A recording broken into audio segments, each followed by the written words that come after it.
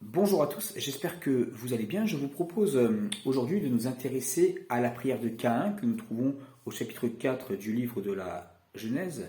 Une prière assez alléchante, puisque avant la prière, il y a une parole de condamnation et après la prière, une parole de protection, une promesse. Et dans ce récit, la prière est exaucée, ce qui n'est pas toujours le cas dans la Bible, dans les récits bibliques de prière. Rappelons quand même où se situe dans le récit biblique cette prière avant de relire ensemble cette prière. Pour avoir tué son frère Abel, Caïn est condamné par Dieu à galérer, à ce que la terre ne donne pas toutes ses ressources. Et face au risque d'être tué, lié à cette condition de vagabond, d'errant, il se plaint à Dieu. Arrêtons-nous sur le mobile du crime, ou plutôt ce qui a donné lieu à la tristesse de Caïn et au ressentiment de Caïn contre Abel.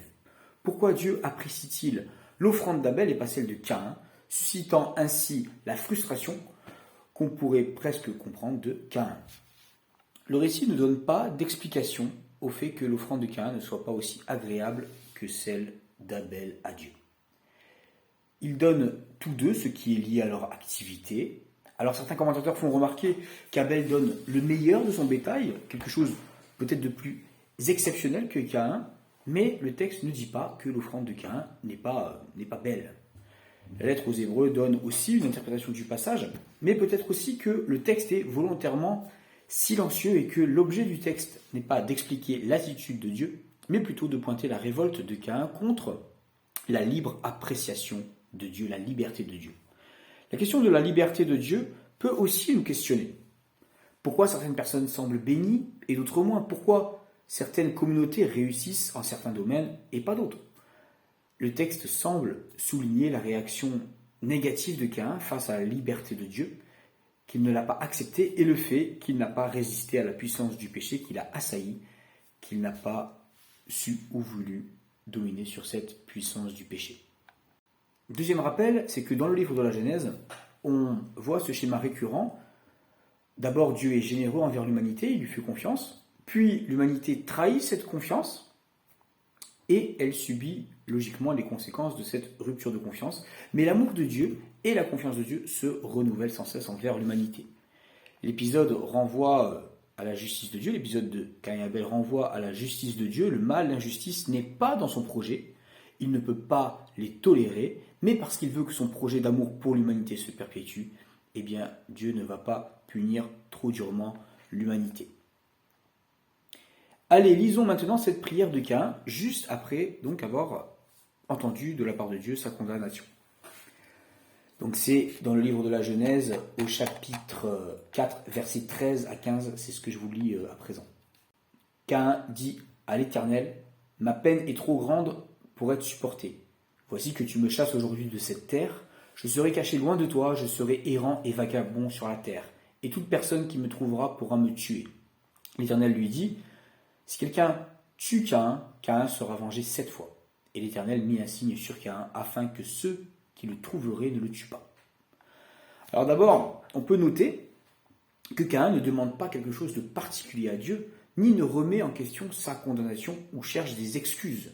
Il lui dit seulement que pour lui le châtiment est trop dur à supporter, à porter.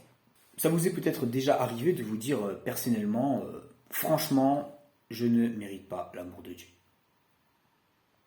De même en tant que communauté, ou quand on regarde l'histoire de l'Église en général, quand on voit les erreurs qui ont pu être faites, ou notre ingratitude, on se dit que Dieu est vraiment patient.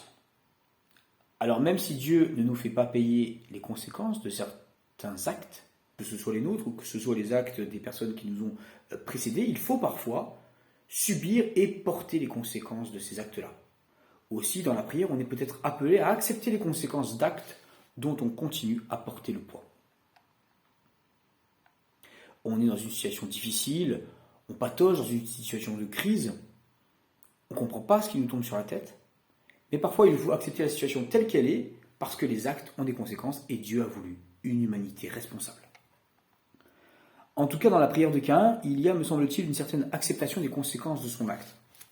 Et alors que son acte en lui-même mérite la mort, si on se réfère au chapitre 9, verset 6 du livre de la Genèse, Dieu va protéger Caïn. Par miséricorde pour Caïn peut-être, mais aussi et plus sûrement parce que Dieu veut que la vie continue. Quand on demande quelque chose à Dieu, je crois important de garder à l'esprit que si Dieu nous appliquait ses idéaux de justice, nous ne serions pas là pour lui demander quoi que ce soit. Nous sommes tous finalement au bénéfice de sa grâce, de sa miséricorde, à échelle de notre vie, comme à échelle des générations qui nous ont précédés. Et au-delà de nous-mêmes, ce qui préoccupe Dieu est que son projet d'amour se perpétue. Prions aussi peut-être en ce sens que ce qu'on vit fasse avancer la cause de Dieu. Caïn, en l'occurrence, est surtout préoccupé par lui-même, et on a le droit d'être préoccupé par soi-même et de le dire à Dieu, même quand on a fait une grosse bêtise. On pourrait presque trouver à ce propos Caïn assez culotté de demander à Dieu de le protéger de la mort alors que lui a tué son frère. Mais il le fait et Dieu accepte la demande. N'ayons pas peur, n'ayons pas honte de demander la protection de Dieu, le pardon de Dieu, pardon d'ailleurs que Caïn ne demande pas en l'occurrence, même si, franchement, au fond, on sait qu'on ne le mérite pas. C'est peut-être d'autant plus difficile d'oser demander pardon quand, à l'instar de Caïn, on était prévenu. On savait très bien ce qu'on devait faire ou pas faire. On savait très bien ce qu'on devait dire ou pas dire. Des gens nous avaient prévenus, Dieu de notre conscience nous avait prévenus, mais on s'est obstiné et on s'est fait piéger par le péché, qui ici dans le cas de Caïn est presque personnifié. Osons quand même demander pardon à Dieu, car Dieu n'est vraiment pas rancunier. À l'instar de ce qu'il fera avec Abraham en Genèse 18 ou avec Moïse en Exode 32, Dieu s'accommode avec Caïn des préoccupations de ses enfants, même turbulents. Pour terminer, une remarque. C'est vrai que Caïn ne demande pas pardon, mais il y a peut-être un détail tout de même qui contribue au rétablissement d'une relative bonne relation avec Dieu et en tout cas à un nouveau départ. C'est que Caïn va faire état d'une préoccupation qui ne figure pourtant pas explicitement dans la condamnation de Dieu.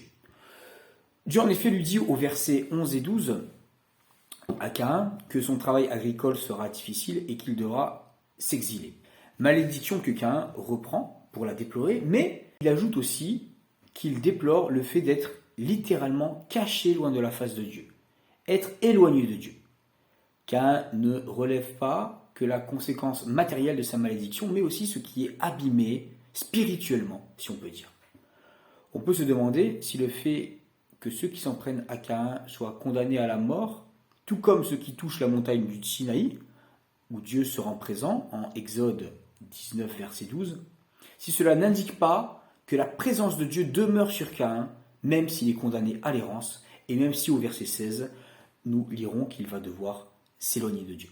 Voilà pour ce récit de la prière de Caïn. Bonne réunion à vous.